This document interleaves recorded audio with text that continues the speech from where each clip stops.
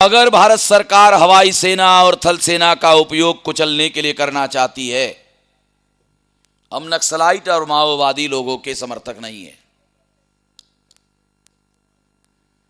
हम उनका समर्थन करना नहीं चाहते हैं, करेंगे भी नहीं।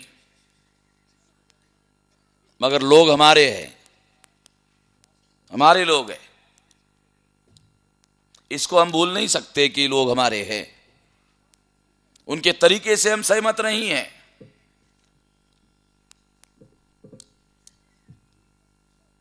मगर यह समस्या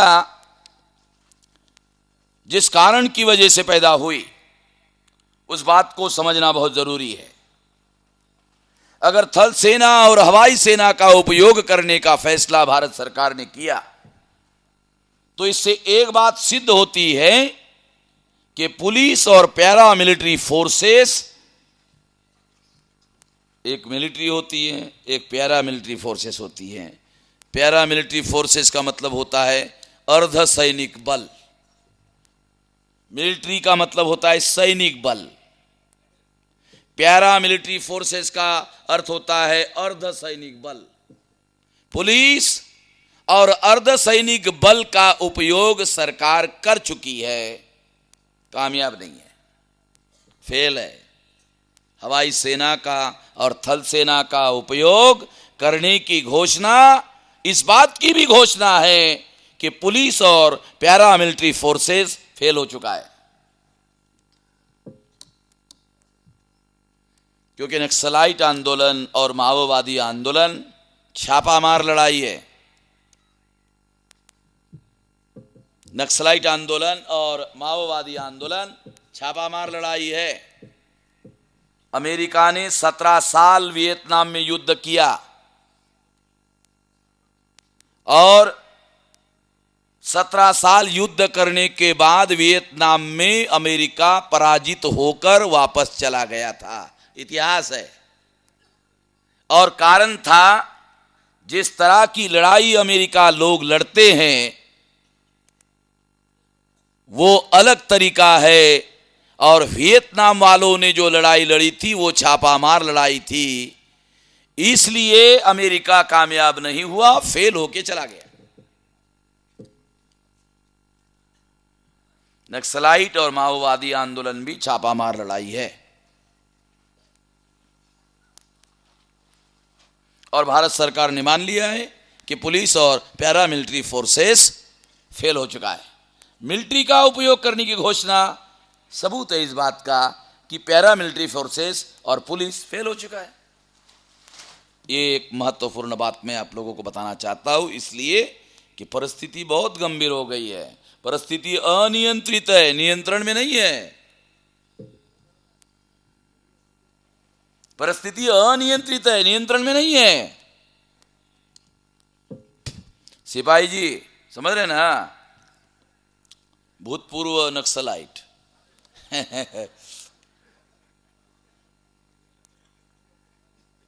हमारे साथ भूतपूर्व नक्सलाइट क्यों आ रहे हैं, मुझे बड़ा आश्चर्य होता है।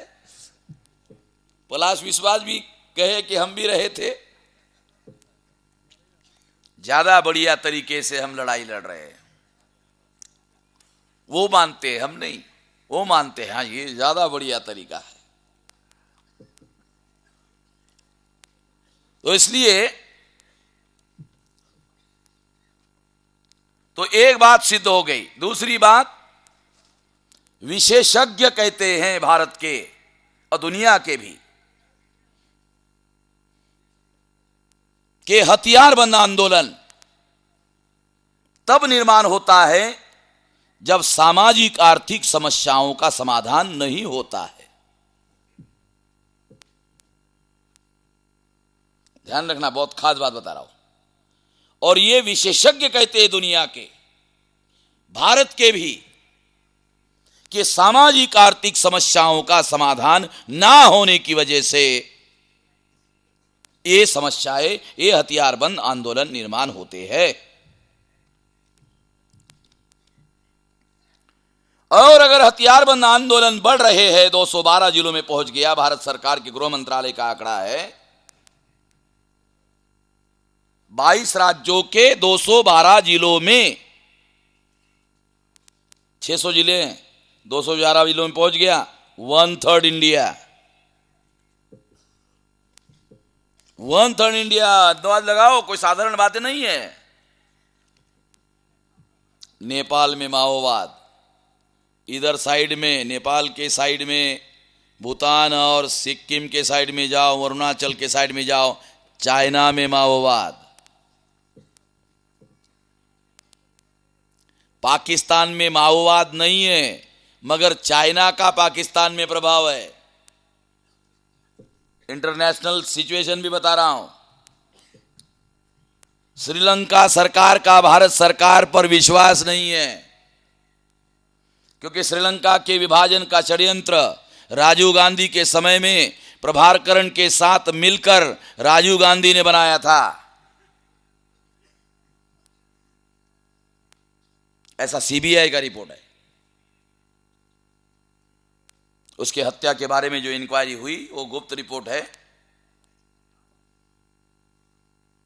प्रभाकरण के साथ में जो गुप्त सौदेबाजी हुई थी दिल्ली में, बाद में इंटरनेशनल प्रेशर पड़ने की वजह से राजीव गांधी ने उसका समर्थन करना बंद कर दिया था। इस वजह से प्रभाकरण ने नाराज होकर कान्हा शिवरासन को आदेश दिया था कि जिस राजीव गांधी ने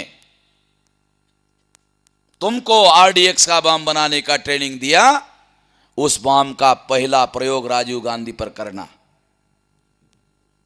कान्हा शिवरासन ने, जिस कान्हा शिवरासन को राजीव गांधी के आदेश पर मद्रास के मिलिट्री कैंप में आरडीएक्स का बम बनाने का ट्रेनिंग दिया गया था, उस कान्हा शिवरासन ने बम तैयार करके औरत के शरीर पर बांधकर, उस औरत के शरीर पर जो शांति सेना श्रीलंका में भेजी गई थी, उसके द्वारा जो श्रीलंकन आदमी मारा गया, तमिल आदमी मारा गया था, उसकी बेवा, उसकी विधवा, उसके शरीर पर बांधा गया था।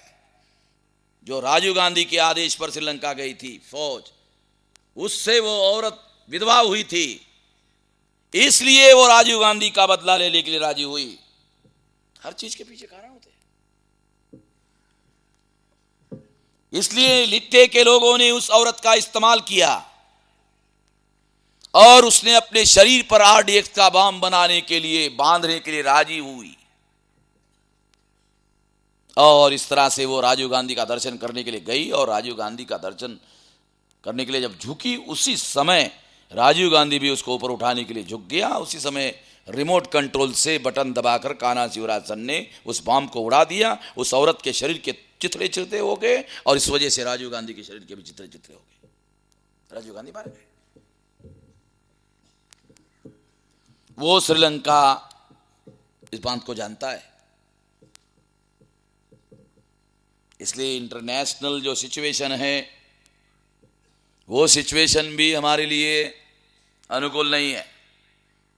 अगर भारत में माओवादी और नक्सलवादी आंदोलन बढ़ गया तो हथियार बड़े पैमाने पर प्रोवाइड करने का काम चाइना कर सकता है, via Nepal, via Pakistan, via China, क्योंकि चाइना का श्रीलंकन गवर्नमेंट के साथ ज़्यादा बढ़िया रिश्ता है, जिससे मतलब भारत सरकार से ज़्यादा बढ़िया रिश्ता चाइना का है। पाकिस्तान के साथ भारत से ज़्यादा बेहतर रिश्ता चाइना के साथ में है। नेपाल के साथ चाइना का रिश्ता भारत सरकार से ज़्यादा बेहतर है। इंटरनेशनल सिचुएशन भी बता रहा हूं आप लोगों को। परिस्थिति सामान्य नहीं है हमारे देश में। हम गिरे हुए, ब्राह्मणों की वजह से गिरे हुए। इनकी वर्चस्व वाली जो नीति है, हर जगह अपना वर्चस्व स्थापित करने वाली जो नीति है, इस वजह से संकट में फंसे हुए है। इसलिए और एक्सटर्नल सिक्योरिटी खतरे में है, इंटरनल सिक्योरिटी भी खतरे में है। दोनों सिक्योरिटी खतरे में भारत की।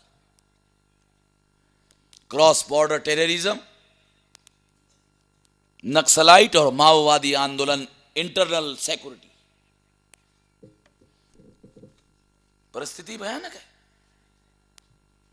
मैं कुछ बातें ज्यादा विस्तार में नहीं बता सकता।